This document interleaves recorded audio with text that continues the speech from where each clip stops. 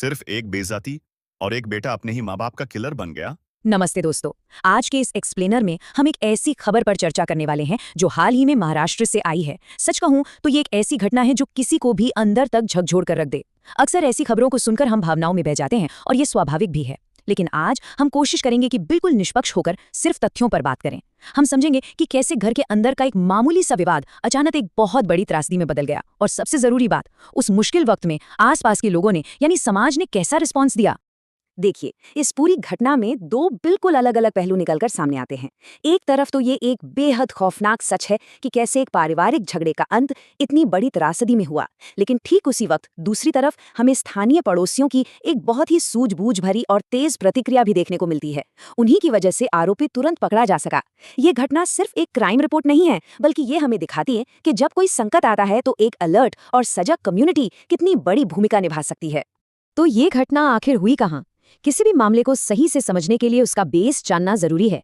News reports के मुताबिक ये पूरी घटना महाराष्ट्र के धुले जिले के शिलपोर इलाके में हुई है, वहां की महावीर सोसाइटी में, और वक्त था शुक्रवार की दोपहर का।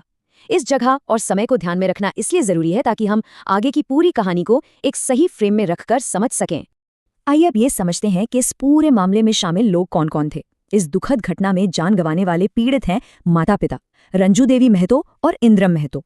और जिस शख्स पर इस जघन्य अपराध का आरोप है वो कोई बाहर वाला नहीं है, वो उन्हीं का अपना बेटा चंदन इंद्रम महतो है। जरा सोचिए, एक बिल्कुल साधारण सा परिवार जो पलक झपकते ही हमेशा के लिए बिखर गया। अब जो बात इस पूरी घटना को और भी ज्यादा दर्दनाक बनाती है वो है इसका बैकग्राउंड। शुक्रवार की दोपहर को जब ये सब हुआ, उससे ठीक पहले घर में जश्न का माहौल था।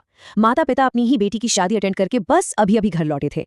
शादी की वो खुशी, वो रौनक अचानक से खौफनाक दोपहर में कैसे बदल गई, ये इस पूरे केस का सबसे हैरान करने वाला और दुखद हिस्सा है। अगर हम पूरी घटनाक्रम को देखें तो चीजें इतनी तेजी से बिगड़ी कि यकीन करना मुश्किल हो जाता है। शुक्रवार की दोपहर माता पिता घर वापस आते हैं। कुछ ही पलों के बाद किसी बात पर वो अपने बेटे को डांटते हैं, और फिर महज कुछ ही मिनटों के अंदर घर में इस्तेमाल होने वाले एक मूसल से एक जानलेवा हमला होता है। इसके तुरंत बाद आरोपी वहां से भागने की कोशिश करता है। ये टाइमलाइन हमें बताती है कि एक आम सी घरेलू बहस को बेकाबू होने में कितना कम वक्त लगा। तो असल में हुआ क्या था, बात इतनी आगे कैसे बढ़ गई? पुलिस ने जो जानकारी दी है उसके मुताबिक जब माता पिता ने बेटे को डांटा तो उन्होंने कुछ ऐसी बातें कहीं जो बेटे को अपमानजनक लगी। और सबसे बड़ी बात, ये सब बहू की मौजूदगी में हुआ। अपनी पत्नी के सामने हुए इस पब्लिक अपमान ने ही शायद उस भयानक गुस्से को ट्रिगर किया जिसने एक मामूली सी डांट फटकार को एक जानलेवा हमले में तब्दील कर दिया। गुस्से में इंसान क्या कर बैठे कुछ कहा नहीं जा सकता। इसी बेकाबू गुस्से में बेटे ने पास ही रखा एक भारी घरेलू मूसल उठाया और अपने ही माता पिता के सिर पर बहुत ही हिंसक तरीके से वार कर दिया, बिना किसी मिर्च मसाले के। अगर हम सिर्फ तथ्यों को देखें तो ये साफ नजर आता है कि कैसे किचन में इस्तेमाल होने वाली एक आम सी चीज पल भर में घातक हथियार बन गई। न्यूज़ रिपोर्ट्स के सटीक शब्द अगर मैं यहाँ रखूं तो वो कहते हैं, माँ रंजू देवी महतो और पिता इंद्रम महतो को गंभीर चोटें आईं और उनकी मौके पर ही मौत हो गई। ये एक लाइन ही इस हमले की गंभीरता बताने के लिए काफी है। कोई मौका नहीं मिला, कोई अस्पताल ले जाने का वक्त नहीं मिला। ये एक ऐसा नुकसान है जिसे कोई भर नहीं सकता। चलिए अब इस चर्चा के दूसरे और सबसे अहम हिस्से की तरफ बढ़ते हैं, पड़ोसियों की भूमिका। एक ऐसे वक्त में जब बंद दरवाजों के पीछे सब कुछ तबाह हो गया था, तब महावीर सोसाइटी के लोगों ने जो किया उस पर बात करना बहुत जरूरी है। ये एक परफेक्ट उदाहरण है कि कैसे एक कम्युनिटी सही वक्त पर एक्शन ले सकती है। देखिए, घटना के तुरंत बाद आरोपी वहां से भागने की कोशिश करता है, लेकिन तभी आसपास के अलर्ट पड़ोसी फौरन हरकत में आते हैं और उसे वहीं दबोच लेते हैं। बिना एक सेकंड भी बर्बाद किए वो पुलिस को बुला लेते हैं। जरा सोचिए, अगर उन पड़ोसियों ने वो हिम्मत नहीं दिखाई होती तो क्या होता?